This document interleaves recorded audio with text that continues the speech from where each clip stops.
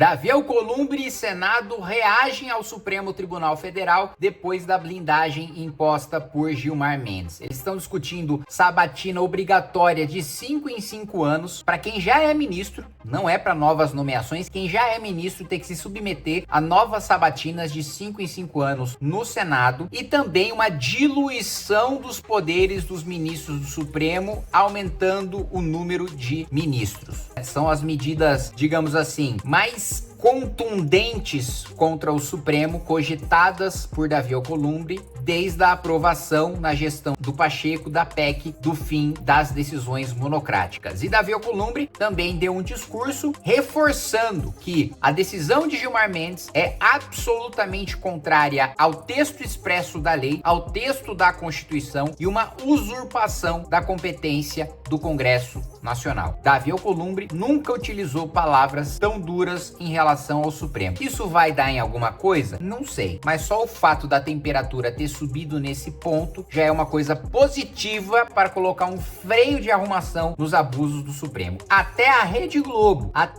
Globo criticou a decisão do ministro Gilmar Mendes. Eu classifiquei a PEC da blindagem dos deputados de imoral e escandalosa. Então, usando a mesma régua, eu digo que a decisão do Gilmar Mendes, eu entendo que a decisão do Gilmar Mendes é imoral e escandalosa. Por quê? Porque a nossa Constituição abre dizendo que todo poder emana do povo. Não é todo poder emana do Supremo Tribunal Federal. Todo poder emana da cabeça de um ministro que um dia acorda e resolve suprimir palavras da lei, suprimir lei, mudar lei. Isso não é a função dele. E eu vou trazer aqui um bastidor do Senado para vocês, que vocês não viram em nenhum lugar, porque é um bastidor que só eu escutei. Eu vou trazer nesse vídeo aqui para vocês, que nos dá alguma esperança de reação do Senado, mesmo com apoio da esquerda. Alguma reação do Senado em relação ao Supremo. Até a esquerda achou que a blindagem do Supremo na liminar do Gilmar passou do ponto, tá? E quem ainda teve mais um personagem que se lascou nessa história? Jorge Messias. Se a situação já não estava fácil pro Messias, agora ele, que já tinha a inimizade de Flávio Dino e já tinha a inimizade de Alexandre de Moraes, contando com a simpatia dos outros ministros, inclusive do ministro Gilmar Mendes, agora também o Gilmar tá pistola com o Jorge Messias. Esse aí, meus amigos, eu nunca vi uma autoridade se lascar tanto num período tão curto de tempo quanto o Jorge Messias. Mas eu vou trazer todas essas informações aqui para vocês, logo depois que você se inscrever no canal, clicar no sininho para receber as notificações. E lembrando, falando sobre Supremo, que eu fiz um trabalho científico, agora publicado na forma de livro, sobre as intervenções do Supremo Tribunal Federal no devido processo legislativo. Chama-se Entre a Toga e a Tribuna, e tá aí o link na descrição do vídeo para você comprar. Bom, vamos lá. Folha de São Paulo. Aliados de Alcolumbre estudam sabatina de ministros a cada 5 anos e aumento do STF em retaliação a Gilmar. Medida seria uma das respostas discutidas após o ministro dar liminar que altera a lei do impeachment. Além dessa, senadores também citam aumento do número de ministros de 11 para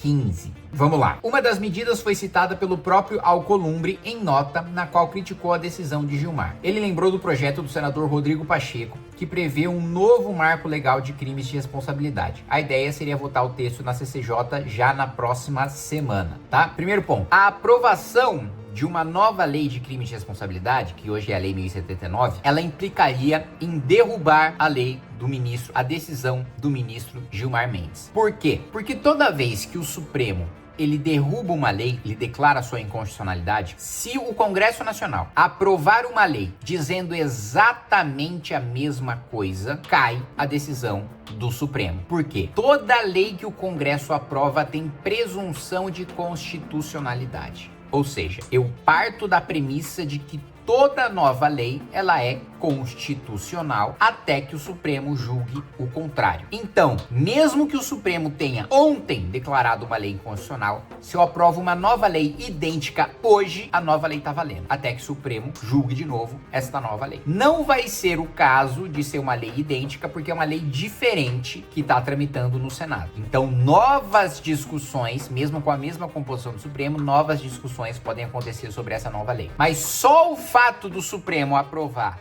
uma lei que reverte o entendimento do Gilmar já é uma resposta forte para o Supremo. Da mesma maneira, quando o Supremo ele mudou o entendimento em relação ao marco temporal de terras indígenas, no outro dia a gente aprovou uma lei derrubando o entendimento do Supremo. E tá mantido, tá? Até hoje está mantendo o entendimento do Congresso Nacional em relação a marco temporal. Nós derrubamos essa medida do Supremo. No caso, especialmente no caso desse julgamento da lei de crime de responsabilidade, o que foi julgado é uma ADPF, uma ação de descumprimento de preceito fundamental. A ADPF é como se fosse uma ação de declaração de inconstitucionalidade, mas que se aplica em outras hipóteses. Quando não se aplica a ADI, aplica-se a ADPF. Por que a ADPF no caso da lei de crime de responsabilidade? Porque leis que foram promulgadas antes da Constituição de 88, elas não podem ser declaradas inconstitucionais. O que o Supremo julga é se ela foi recepcionada ou não pela Constituição de 88. Não dá para tecnicamente dizer que ela é inconstitucional, porque ela foi aprovada sob a égide de outra Constituição. Então não há um conflito de constitucionalidade com uma nova Constituição, porque a nova Constituição não estava em vigor quando a lei foi aprovada. Mas o que se faz é uma coisa que tem exatamente o mesmo efeito prático, que é dizer que a lei não foi recepcionada pela Constituição de 88. Se a lei não foi recepcionada, é a mesma coisa que dizer que ela é inconstitucional. Mas se eu aprovo uma nova lei já sob essa nova Constituição,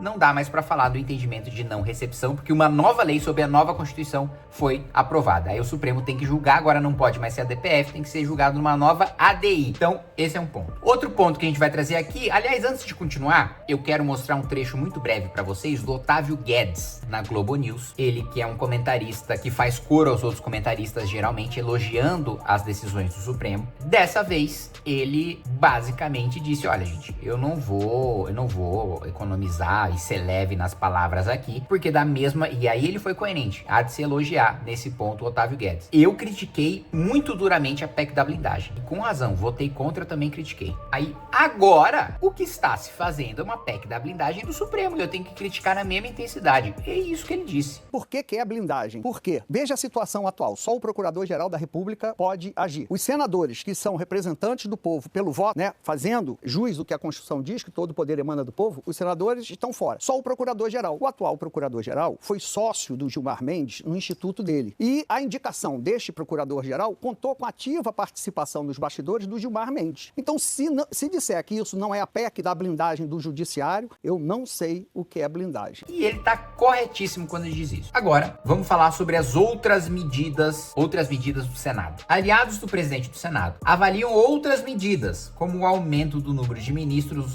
dos atuais 11 para 15, estabelecimento de mandato e reavaliação por meio de sabatina de 5 em 5 anos. Tá? Primeiro ponto, tá? Vocês podem me perguntar, mas Kim, como é que aumentar o número de ministros do Supremo diminui o poder do Supremo? Diminui porque quanto mais pessoas você precisa para fazer um acordo, para tomar uma decisão, menos poder você tem, certo? Se tivesse um único ministro do Supremo, esse ministro supremo seria mais poderoso do que o poder que cada um dos 11 tem hoje. Porque para tomar uma decisão definitiva, não monocrática, não em caráter liminar, hoje você precisa de 6 dos 11, em alguns casos de 8 dos 11. Se tivesse um, esse cara seria muito mais poderoso. Da mesma maneira como individualmente os ministros do Supremo seriam mais poderosos se tivesse 10, 9, 8, 7, 6, 5, 4, 3, 2, 1, certo? Muito bem. Então, ampliar, da mesma maneira é o seguinte, se a Câmara dos Deputados tivesse um deputado, se um deputado falasse pela Câmara, esse deputado seria muito mais poderoso do que hoje os 513. O meu poder é muito diluído em 513 do que seria se a gente tivesse 512. Meu poder já seria maior se tivesse 512, porque é um a menos que eu teria que convencer para fazer prevalecer alguma decisão, alguma ideia, alguma lei minha, certo? Mas eu acho essa ideia ruim. Eu acho essa ideia ruim por duas razões. A primeira razão, que se a gente tem 15 ministros do Supremo com decisões monocráticas, isso significa que a gente pode ter 15 entendimentos diferentes por decisões monocráticas. E hoje,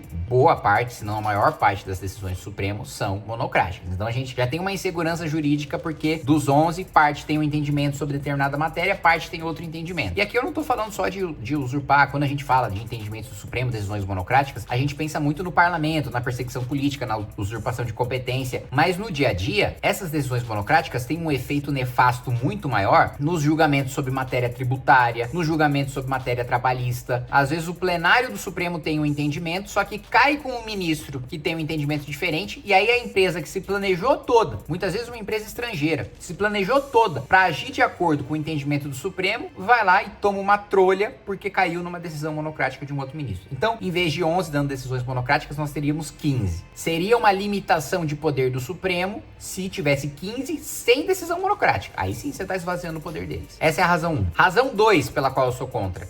Isso remete à ditadura. Quando a ditadura militar quis diluir o poder do Supremo, o que ela fez? Aumentou o número de ministros para a ditadura nomear mais ministros e diluir o poder dos ministros que foram nomeados durante o regime democrático. E isso, se isso for feito, essa vai ser a primeira coisa que os ministros do Supremo vão falar e a primeira coisa que a imprensa vai falar. Isso é ditadura porque isso foi feito na época da ditadura. Aumentar o número de ministros em si não é uma coisa de ditadura, tá? Dá para se fazer democraticamente, né? Se você coloca, olha, não vamos nomear todos os novos agora, com esse poder constituído de agora, a gente vai diluir as nomeações ao longo do tempo, a gente tá tomando a decisão de aumentar o número dos ministros por causa disso.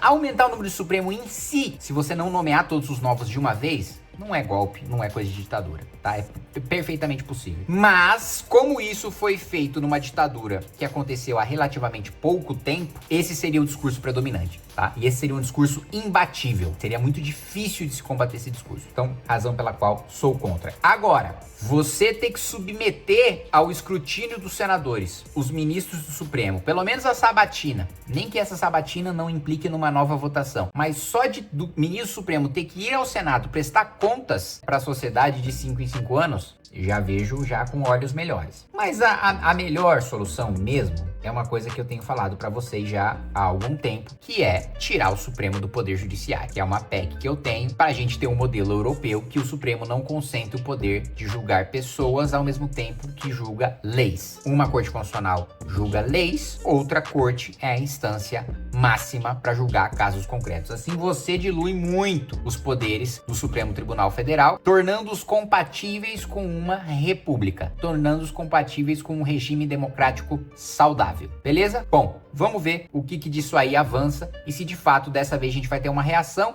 Eu ia quase esquecendo o bastidor que eu prometi pra vocês. Eu escutei, tá? Eu não sou fofoqueiro, né? Não fico escutando a conversa dos outros de propósito, mas, enfim, tava no plenário e escutei. A gente teve sessão do Congresso Nacional, que é uma sessão mista com deputados e senadores, e aí eu escutei um senador bolsonarista conversando com um senador petista. E o senador petista disse o seguinte: olha, eu não posso falar publicamente, porque o Supremo tem mais nos ajudado do que nos atrapalhado, mas o Gilmar passou do limite. Se tiver uma proposta razoável de colocar um freio nessa questão do Supremo, nem que seja só mexer na lei de responsabilidade, eu acho que parte do PT topa votar, tá? Eu escutei palavras da boca de um senador petista falando dos bastidores com um senador bolsonarista. Não teria para que ele mentir, ele não tá falando publicamente, ele não tá jogando pra torcida, ele tá, né, fazendo um diálogo de bastidor no qual ele não teria nenhum interesse em enganar outra pessoa, mesmo porque se viesse uma proposta e aí na hora do vamos ver ele votasse contra, aquela outra pessoa ia falar: ué, mas no bastidor você não falou que ia votar a favor, por que você mentiu pra mim? Não teria por que mentir. Então, vamos ver.